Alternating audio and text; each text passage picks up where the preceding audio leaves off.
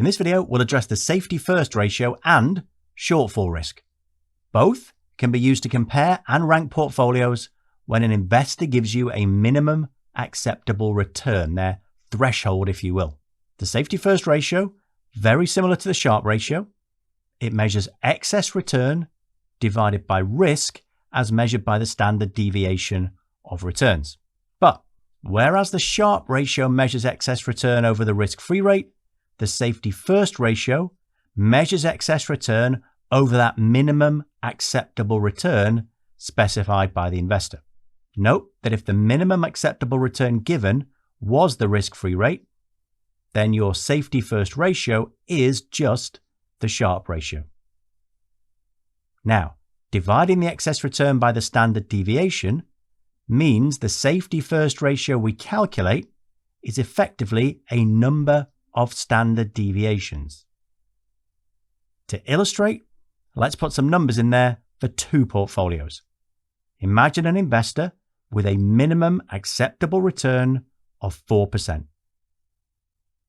That investor is deciding between a portfolio of US equities, which we'll call portfolio 1, and a portfolio of European equities, portfolio 2. To calculate the safety first ratio, we just need the expected returns and the standard deviations of each portfolio. For portfolio 1, we'll get an excess return of 10% minus 4%, which is 6%, and divide that by the standard deviation of 15% to get a safety first ratio of 0.4. For portfolio 2, we have 7.5% minus 4%, an excess return of 3.5%, divided by 5%,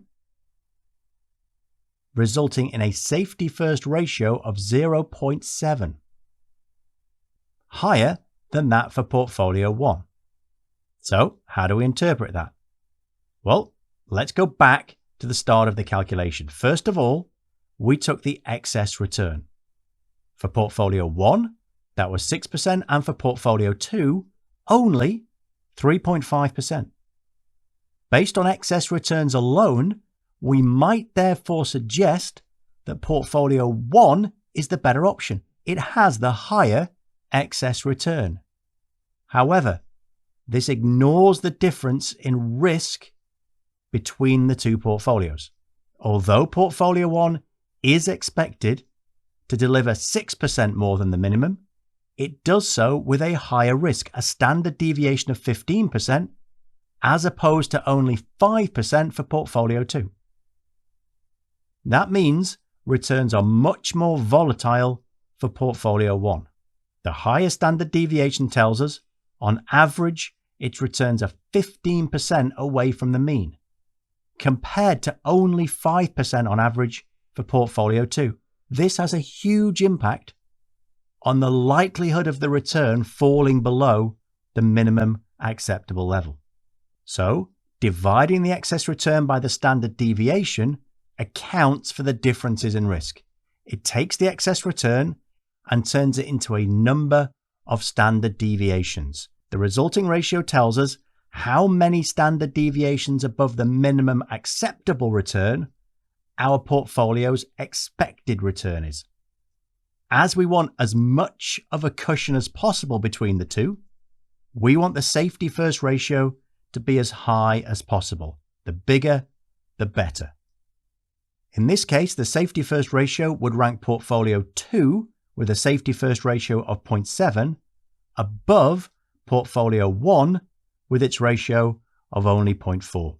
Portfolio 2's expected return is 0.7 standard deviations above the minimum threshold, whereas portfolio 1's is only a meager 0.4. But we can go further than just simply ranking the portfolios with the safety first ratio.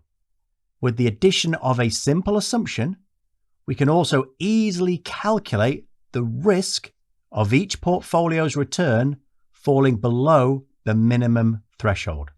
That assumption we need is that the portfolio returns are normally distributed.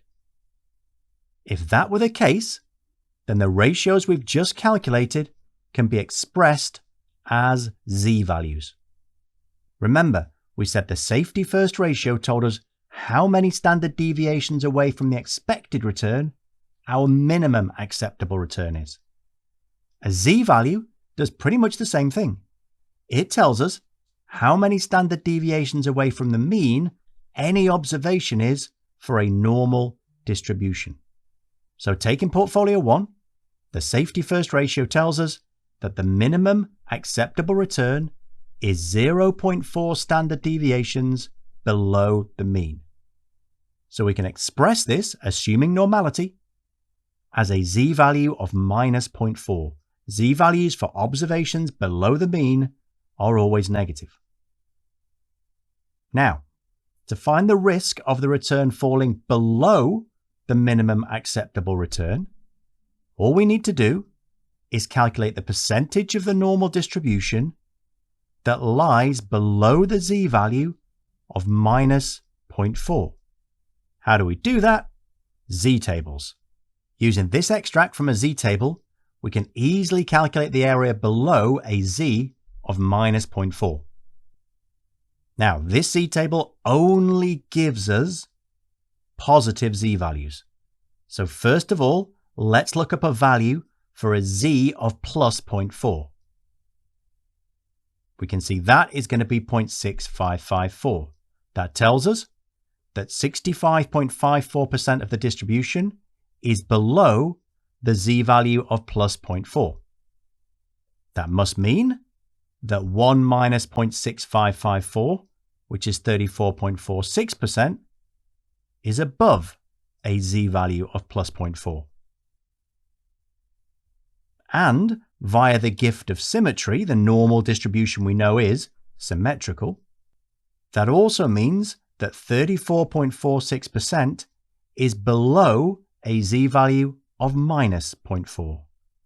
Hence, for portfolio 1, the risk of returns falling below the minimum acceptable return, or shortfall risk as we call it, is 34.46%. Let's go on and work it out for portfolio 2. Given a safety first ratio of 0.7, let's use the table to look up a value for a z of plus 0.7. That will give us 0.758. 1 minus 0.758 is 0.242. So we can say that shortfall risk for portfolio 2 is 24.2%. As we would like the smallest risk of falling below the minimum acceptable return, a lower shortfall risk is preferable. Hence, once again, this measure favors portfolio 2, 24.2% shortfall risk instead of 34.46%. The decision is consistent with the one we made based on the safety first ratio, and that will always be the case. A higher safety first ratio, which we prefer, will always lead to a lower shortfall risk, which we also prefer. So to summarize, both the safety first ratio and shortfall risk use the risk and excess return of portfolios to compare and rank them. The safety first ratio is a measure of how far above the minimum acceptable return the expected return on a portfolio is. The bigger the safety first ratio, the bigger the cushion between the expected and minimum return. For the safety first ratio, bigger is better. Shortfall risk measures the probability of the portfolio's return falling below the minimum acceptable level. The smaller the probability, and hence the smaller the shortfall risk, the better.